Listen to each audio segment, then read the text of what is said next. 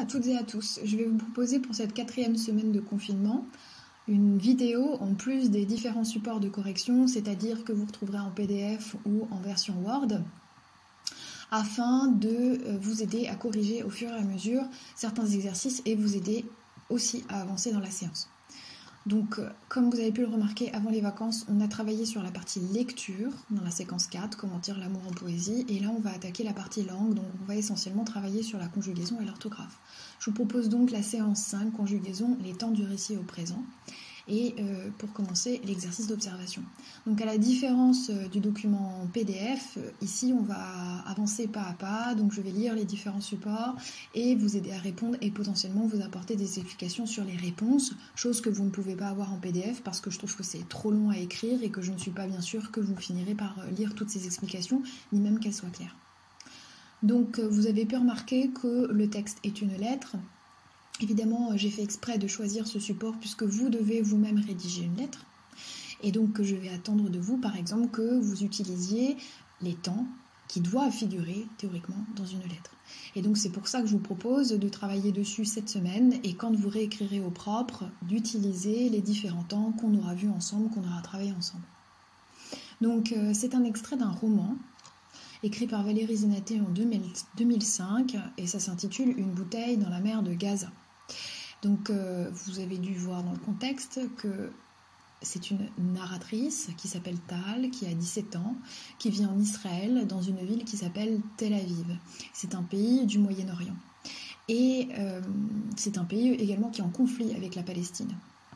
Or, elle s'interroge sur sa vie, sur son identité, sur la guerre dans son pays. Et donc, elle décide d'écrire une lettre qu'elle jettera à la mer, en espérant trouver une destinatrice palestinienne avec laquelle elle pourra faire connaissance, communiquer, partager ses inquiétudes, etc. Et donc, voici le début de sa lettre.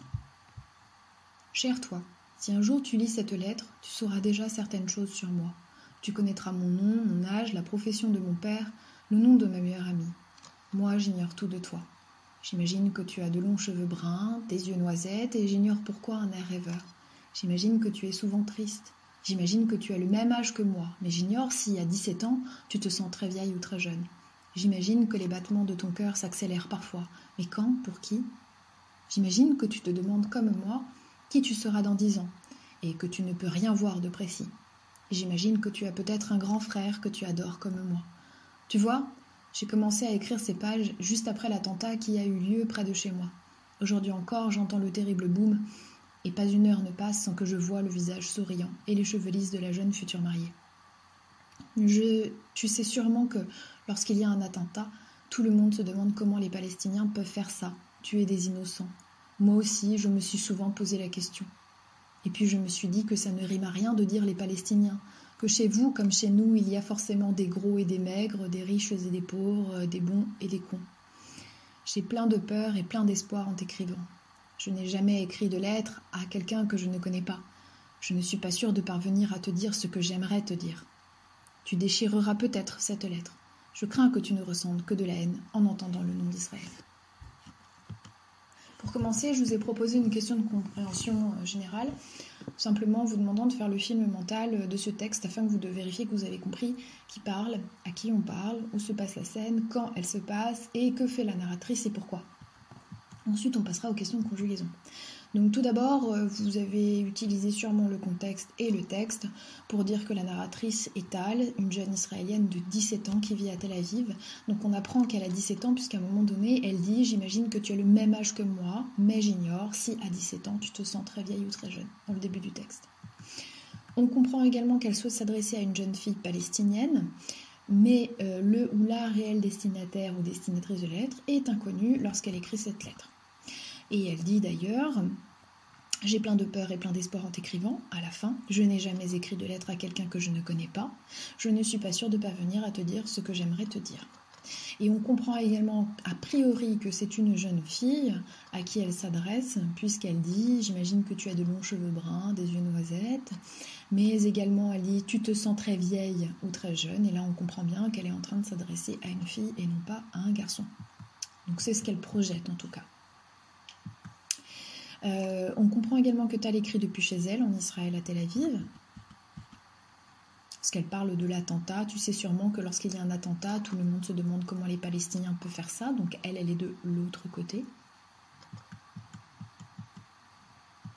On comprend également que la scène se passe de nos jours, a priori au XXIe siècle, au XXe, puisque le conflit entre Israël et la Palestine commence quelques années après la Seconde Guerre mondiale. Donc on est dans la deuxième partie du XXe siècle, mais plutôt XXIe.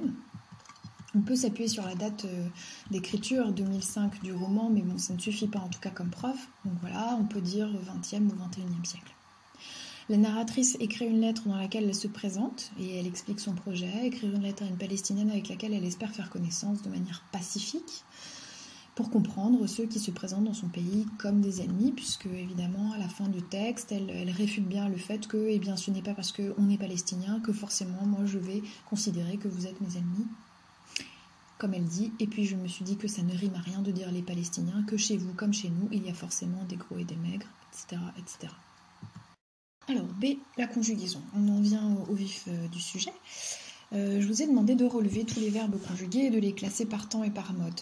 Donc j'espère que vous allez utiliser ou que vous utilisez votre Becherel afin de vérifier vos réponses. Je pense que beaucoup d'entre elles, vous êtes capables de les trouver, au moins de manière un peu intuitive, mais il est fort probable que certains modes, comme le conditionnel et le subjonctif, sont plus difficiles à repérer. Donc je vous propose une correction avec un code couleur. Vous allez trouver 3 temps qui appartiennent au mode de l'indicatif, le présent de l'indicatif en rose dans le texte, le futur simple de l'indicatif en vert, le passé composé de l'indicatif en violet et 2 autres temps et modes, le présent du conditionnel en rouge. On a une occurrence, c'est j'aimerais, et 2 occurrences du présent du subjonctif que tu ne ressentes et que je vois. Donc je vais revenir un petit peu en détail là-dessus. Donc j'imagine que assez facilement vous avez dû repérer le présent de l'indicatif. Donc comment est-ce que je fais ?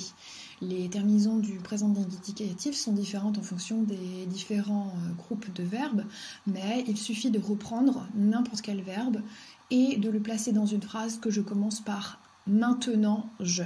Et donc maintenant je lis, tu lis, maintenant j'ignore, maintenant j'imagine, maintenant tu as de longs cheveux, etc. etc. J'arrive à conjuguer ainsi tous les verbes au présent de l'indicatif. Donc ça c'est un bon test pour vérifier si mon verbe est au présent ou pas.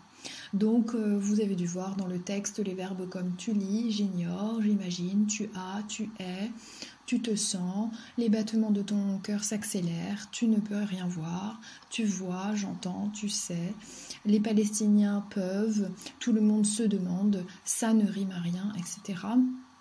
sont des verbes au présent de l'indicatif. Vous avez sûrement repéré également le futur simple, on a 4 occurrences, tu sauras du verbe savoir, tu connaîtras, tu seras du verbe être et tu déchireras. Alors de manière générale, le futur simple se construit de la manière suivante. On va prendre le verbe à l'infinitif dans son intégralité et on va y rajouter des terminaisons précises AI, AS, A, ONS, EZ et ONT. Et donc le verbe le plus facile ici à repérer au futur simple, c'est tu déchireras. Donc vous voyez bien déchirer ER et on y rajoute AS la terminaison. On va avoir des exceptions comme le verbe savoir, tu sauras. Le verbe être, tu seras. Et puis pour le verbe connaître, on a dû enlever le E de l'infinitif du verbe pour ajouter le AS. On ne peut pas vraiment dire tu connaîtras, ça c'est un petit peu plus compliqué, donc c'est ce qui fait que le E de l'infinitif va disparaître. Par contre, ce qui est très pratique pour le futur simple, c'est que les terminaisons ne changent pas, quel que soit le groupe. Ensuite, vous avez en violet quelques verbes au passé composé, et ça, normalement, vous avez dû les repérer, puisqu'avant le confinement, nous avions commencé à travailler sur les participes passés qui apparaissent, par exemple, dans les verbes, dans les temps composés comme le passé composé. Et donc, vous avez est commencé, a eu, me suis posé, est écrit et me suis dit. Attention, me suis posé, j'ai 3 mots, me suis dit également, j'ai 3 mots, puisque les verbes sont des verbes pronominaux et donc à l'infinitif, c'est les verbes se dire et se poser. C'est ce qui fait qu'on a un petit mot en plus devant l'auxiliaire être. Et par ailleurs, attention à bien trouver les formes complètes. Je me suis souvent posé, vous avez l'adverbe souvent qui est intercalé entre l'auxiliaire et le participe passé. Et de la même manière, je n'ai jamais écrit. Vous avez jamais, qui est la deuxième partie de la négation qui s'intercale entre l'auxiliaire et le participe passé. Et donc attention, les formes complètes, c'est bien me suis posé et est écrit. Donc pareil, si vous avez un doute et que vous voulez repérer un verbe au passé composé, vous allez cette fois-ci prendre votre verbe et le mettre dans une phrase qui commence par hier. Hier je me suis posé la question. Hier, je me suis dit. Hier, j'ai écrit, etc., etc. Et pour le futur simple, eh bien, vous pouvez par exemple utiliser un test qui fonctionne à peu près pareil, c'est-à-dire que vous allez commencer votre phrase pour trouver un verbe au futur par « à l'avenir, je ». À l'avenir, je saurai, je connaîtrai, je serai, je déchirerai, etc., etc. Donc ces 3 temps, normalement, vous avez dû à peu près les repérer tout seul, de manière plus ou moins intuitive ou avec vos connaissances d'avant. Il reste 3 verbes qui sont que je vois, que tu ne ressentes et j'aimerais. J'aimerais, peut-être que vous l'avez classé dans un futur simple ou un imparfait. Un futur simple parce que c'est le même radical que les verbes du futur simple, c'est-à-dire l'infinitif. Je vois le verbe aimer apparaître en entier, A-I-M-E-R, et j'ai une terminaison, sauf que j'ai une terminaison de l'imparfait, A-I-S. Donc, quelle que soit votre réponse, quelque part, vous avez eu raison. Pourquoi ? Parce que ici, c'est une forme spécifique, c'est la forme du conditionnel présent, et il se trouve que le conditionnel présent se construit avec le radical du futur simple et les terminaisons de l'imparfait. C'est très très bizarre, mais c'est parce qu'en fait, à l'origine, le conditionnel présent, c'est un temps et un mode un peu étrange qui permet d'exprimer le futur, en tout cas une action future, dans un texte au passé. Bon, vous voyez qu'ici, c'est pas du tout la même utilité, on n'est pas du tout dans un texte au passé, mais on va le retrouver pour exprimer une volonté, un désir qui ne dépend pas, en tout cas dont la réalisation ne dépend pas de nous. C'est ce qui fait que le mode du conditionnel et le mode du subjonctif sont 2 modes qui permettent d'exprimer des faits incertains. Je ne suis pas sûre, quand je suis en train de parler, que cela se réalise, contrairement à l'indicatif. Tout ce que je vais conjuguer à l'indicatif quand je parle, donc passé composé, futur simple, présent indicatif, ce sont des actions dont je suis certaine. Je sais qu'elles se sont passées, qu'elles sont en train de se passer ou qu'elles se passeront dans le futur. J'en ai la certitude. Par contre, le conditionnel et le subjonctif vont exprimer une action qui nous échappe un petit peu. En tout cas, la réalisation, elle nous échappe. Souvent, c'est pour exprimer une crainte, une peur, une volonté, un désir, un ordre, une obligation, mais la réalisation de cette action ne va pas dépendre de nous.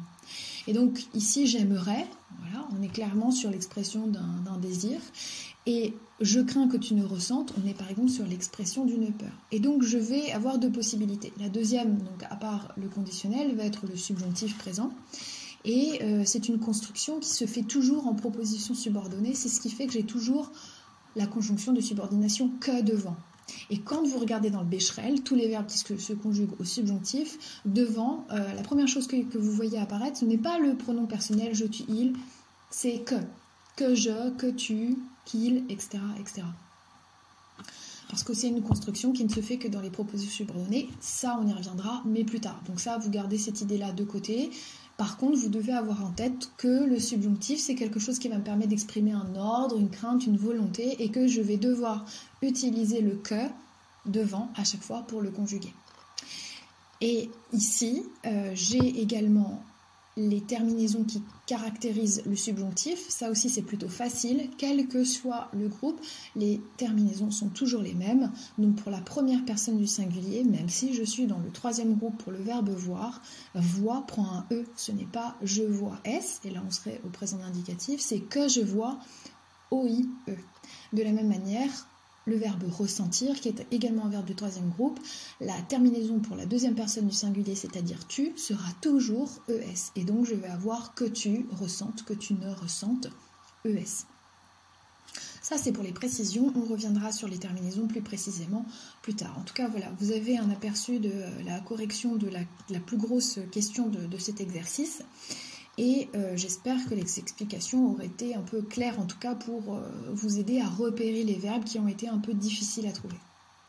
Enfin, on vous posait une dernière question. Quel temps est majoritairement utilisé? Pourquoi d'après vous?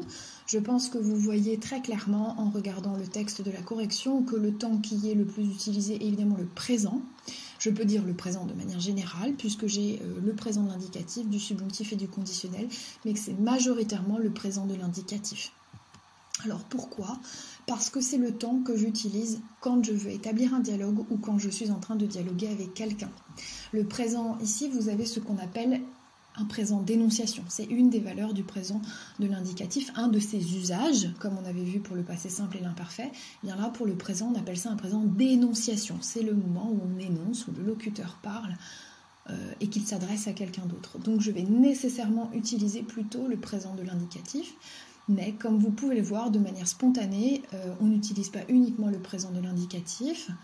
Et ce texte nous montre qu'autour de ce temps-là vont graviter d'autres temps, notamment le futur simple, pour exprimer les faits qui sont à venir et qui sont dans un futur assez proche.